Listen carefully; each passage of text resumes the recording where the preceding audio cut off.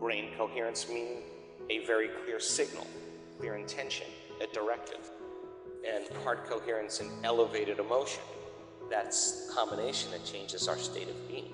And if you keep practicing the formula,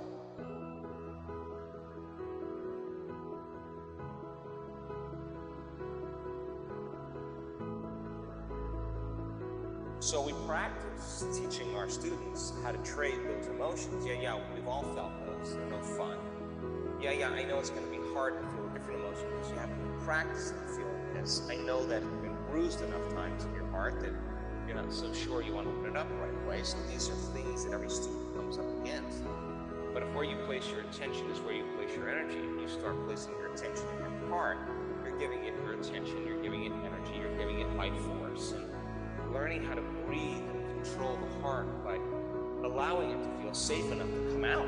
It's not something that really is a technique. It's just something when you start breathing deeply, you convert out of that sympathetic nervous system into more of the parasympathetic systems. And when you start cultivating an elevated emotion, you start allowing yourself to breathe and feel, you can train the body that it's safe enough to create you. I was just talking to a scientist, as I said, and some of the scientists were asking us questions, and I said, no, this is magic. When that heart moves into that level of coherence, it sends a very profound electromagnetic signature to the brain, as well as through the circulatory system, etc.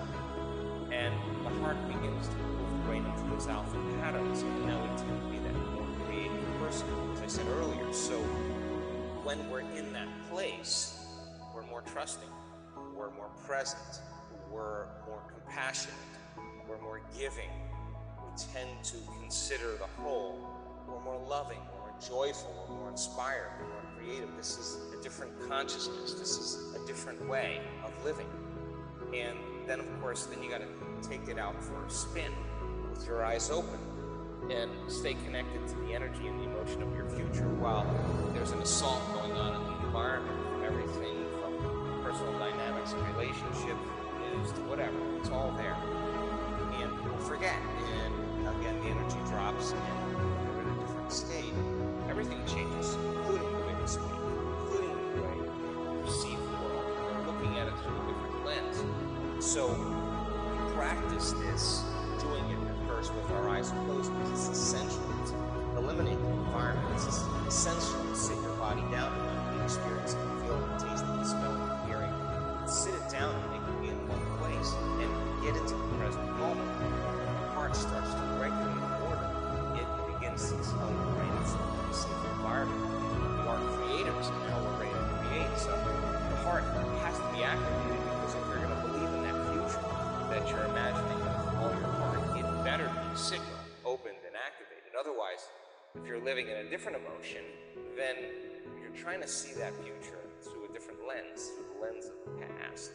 And the body is not in that future, it's still in the past. So you may have a very clear intention, but if you can't feel the emotion of your future, mind and body are in opposition. So getting the body into an elevated state, feeling those elevated emotions, including gratitude, including appreciation and kindness and care, and all those ones that come from this beautiful center, causes us to truly accept the thoughts that we're thinking, to believe in those thoughts, to surrender to those thoughts without analyzing them. And that's what begins to program the autonomic nervous system to begin to get the instructions of the thought and begin to automatically change the body's physiology and chemistry. When that happens, my goodness, we've seen changes in everything, not only in the way a person speaks, not only their pain levels, health conditions, but truly they're a different person. And doing that properly moves the body out of the past, moves the body into the present moment. Keep practicing that. I say to the advanced students all the time, in a week-long event, how many of you feel better than you did yesterday? The entire group raises their hand and I ask them the same question. Why would you stop doing this? Why? Why would you stop? You just may start feeling better every day. That may become a pattern. So we are in the early stages of being able to demystify this process so that people have within their reach the tools to be able to become less reliant on something outside of them to change their internal state. And one of the two doors that we use get there is the combination of brain-heart coherence. Brain coherence meaning a very clear signal, clear intention, a directive. And heart coherence and elevated emotion, that's the combination that changes our state of being. And if you keep practicing the formula, you start to see profound biological changes take place first in people's bodies, then ultimately you start seeing those events start taking place in their life, because that heart is producing an external field. It's producing a magnetic field that tends to draw the synchronicities to us. We don't go anywhere to get them. Somehow they're coming to us. I think that's a better way to live life. Constantly rushing and forcing and trying to control and predict outcomes. It takes practice. We have to lay down the very thing we used our entire life to get what we want, matter to matter, for something greater to occur, and work on it. It's kind of my definition of surrender has changed dramatically. And again, the simple answer is when we trust, fully trust an outcome where we're no longer trying to control, to try and do it ourselves. If you've ever had a great parent, I was fortunate enough to have a great mother and a great father. My mother was just always very loving, very unconditional, very stern with me, was the voice of reason for me. She had a lot of common sense. And so when I asked my mother for help on something, when I asked my mother to do something for me as a child, I just knew that she would help me. And so I didn't have difficulty asking for help.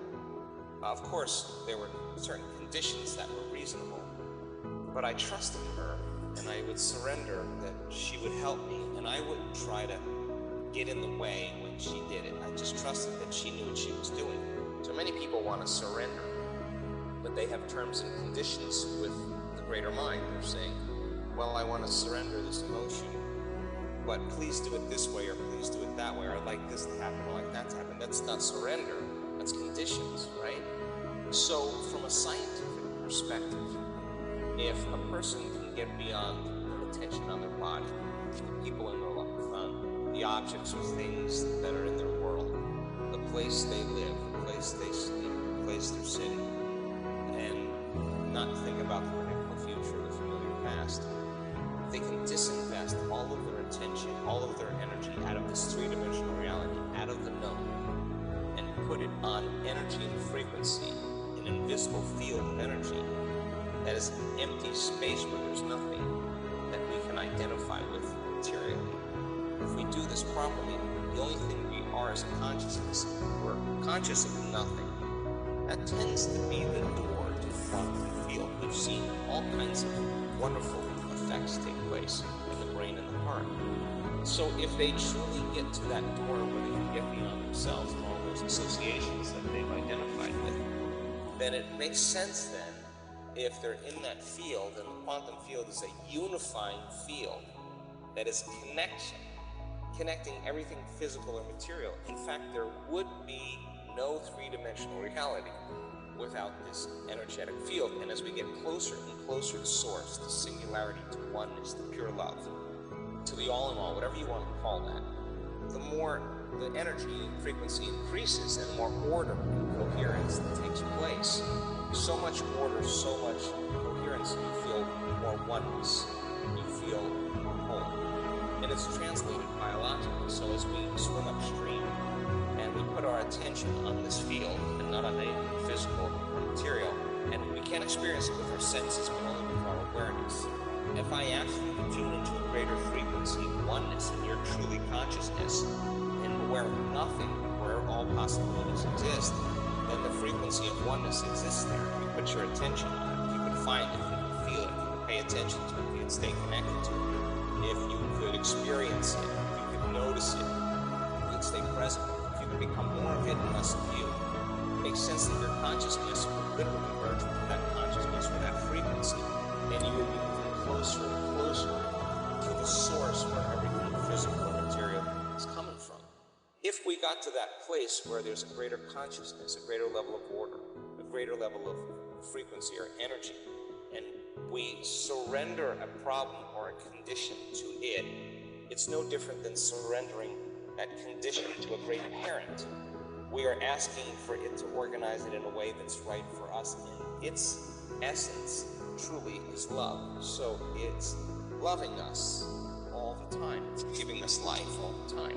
If we could create the circuitry in our brain, the neurological networks in our brain, that this intelligence is a loving intelligence, and we can truly surrender whatever it is, open our hearts and trust that it's going to organize it in a way that's right for us.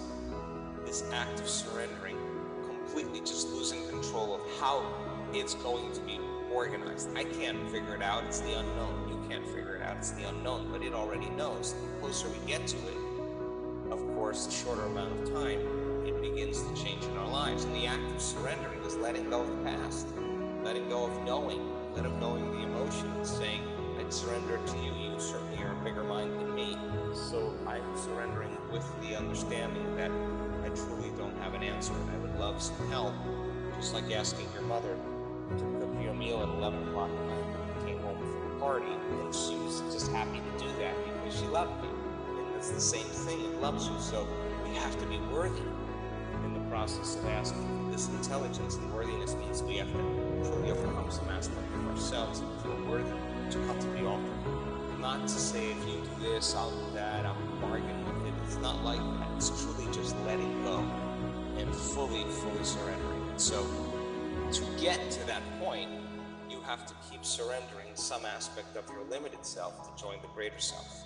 We have to surrender and lose our identity, our sense of separation, to nothing.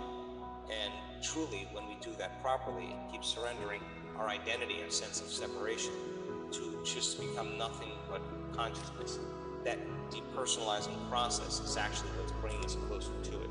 We keep our attention on it, we stay connected to it, we keep experiencing it, we keep becoming more of it, less of us, then we become it. And we become divine, we become more loving, more giving, more caring, more conscious, more willful. That's its mind.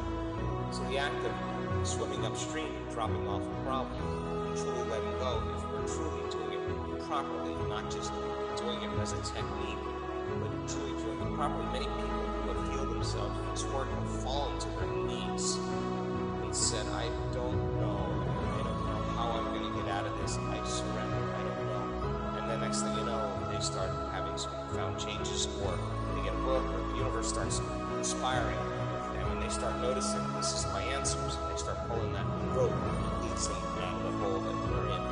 And so true surrender is saying, I don't know, I trust, I let go. And that's a process. My act of surrender, as I said, is way different now than it was just a year or two. So practice that.